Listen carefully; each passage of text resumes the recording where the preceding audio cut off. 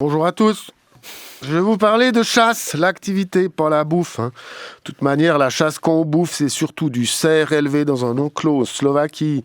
Moi, j'aime surtout les spätzli et la sauce, parce que la viande, parfois, c'est pas... sur la carte du resto, ils disent civet, c'est pour nous feinter. En fait, ça signifie du ragoût, quoi. T'as l'impression d'essayer de mâcher une sacoche, c'est la même bouchée depuis 15 minutes, puis t'hésites entre soit avaler tout rond ou cracher discrètement dans ta serviette. Bref, c'est pas le sujet. Vous êtes pas sans savoir, cette semaine, dans le Nord vaudois, un chasseur a abattu... Vous vous souvenez le sketch des inconnus, Le bon chasseur...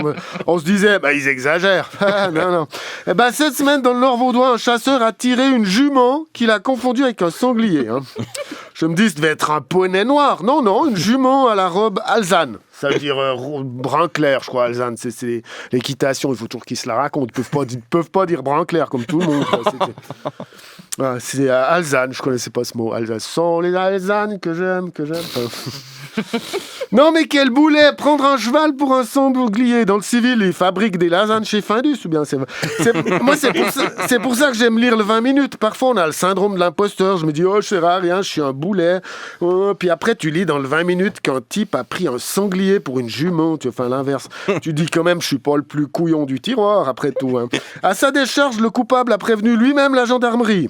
C'est un métier varié, gendarme. Faut s'attendre à tout pour ta journée. Allô, la police, il faut que vous veniez. J'ai tiré un cheval par erreur. On arrive. Par contre, si vous voyez un rhinocéros blanc avec un gyrophare sur le toit, tirez pas, c'est nous. En 2012, sur Fribourg, un mec s'est fait blesser par un chasseur qu'il avait pris pour un sanglier. C'est une super journée, ça. D'abord, tu te fais tirer dessus, puis après, pour s'excuser, on t'explique que tu ressembles à un sanglier. Puis il faut entendre les explications. Comment confondre un animal 5 fois plus gros? Ouais, mais j'ai cru que je voyais un truc moins mais plus près. Enfin, plus petit, mais moins là. Non, mais c'est... Mais t'es quoi, presbyte ascendant astigmate? Ou bien, heureusement qu'ils mettent des lunettes à leur carabine. J'ai rien contre les chasseurs. Entre m'engueuler avec un chasseur ou un écolo, je préfère m'engueuler avec celui qui a pas de fusil, mais il y a sûrement des chasseurs responsables. On veut bien respecter l'activité, mais il faut faire des pas dans notre direction aussi. Mais comment tu peux confondre une jument et un sanglier? Il était gazé à l'œil de perdrix, le mec, ou bien ça passe toujours bien une bonne bouteille avec du sanglier. Ouais, mais il faut la boire quand tu le manges, pas quand tu le chasses. Pourtant, l'accès au permis de chasse, c'est exigeant, croire le site de la fédération. Je me suis documenté, par exemple, c'est vrai, les chasseurs doivent être capables de différencier les arbres. C'est important. Gérard, la jument que t'as prise pour un sanglier gît au pied de l'érable champêtre. Je t'arrête tout de suite, c'est un sycomore. Non, mais sérieux. Vous allez me demander, l'alcool et la chasse, est-ce qu'il y a une limite au taux d'alcoolémie? Oui. Ouais, je crois que t'as pas le droit de chasser si t'as pas au moins 2 pour 1000. Enfin, il existe toute une liturgie. D'abord, les chasseurs ne tuent pas. Ils prélèvent les animaux. Tu sais, ça fait moins grave. Moi, je vais me mettre à parler comme ça aussi. Ce matin, j'ai prélevé une mouche dans ma cuisine. Non, mais c'est... Puis une fois qu'ils ont dessoudé un chevreuil, ils lui fourrent des fleurs dans les naseaux pour saluer l'animal. C'est un rituel. Super. Vous aimeriez-vous, quand vous êtes mort, on vous décore les trous de nez avec du pissenlit? Non, mais sérieux, quoi.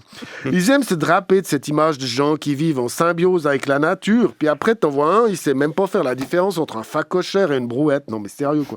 Il y a un congénère qui volait à son secours. Il disait...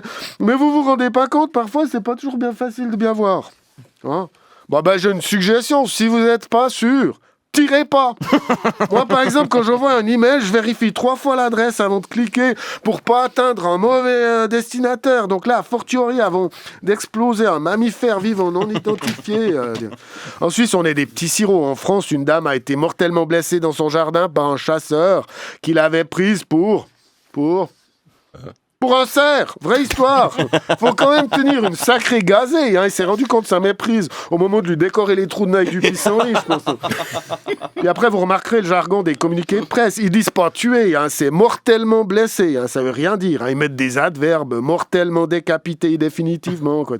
Je me suis documenté en France, les accidents de chasse, c'est 20 décès par année. Des promeneurs, des champignonneurs, c'est pratique. Chérie, c'est quoi ces morilles? Je croyais que t'allais à la chasse, je t'expliquerai.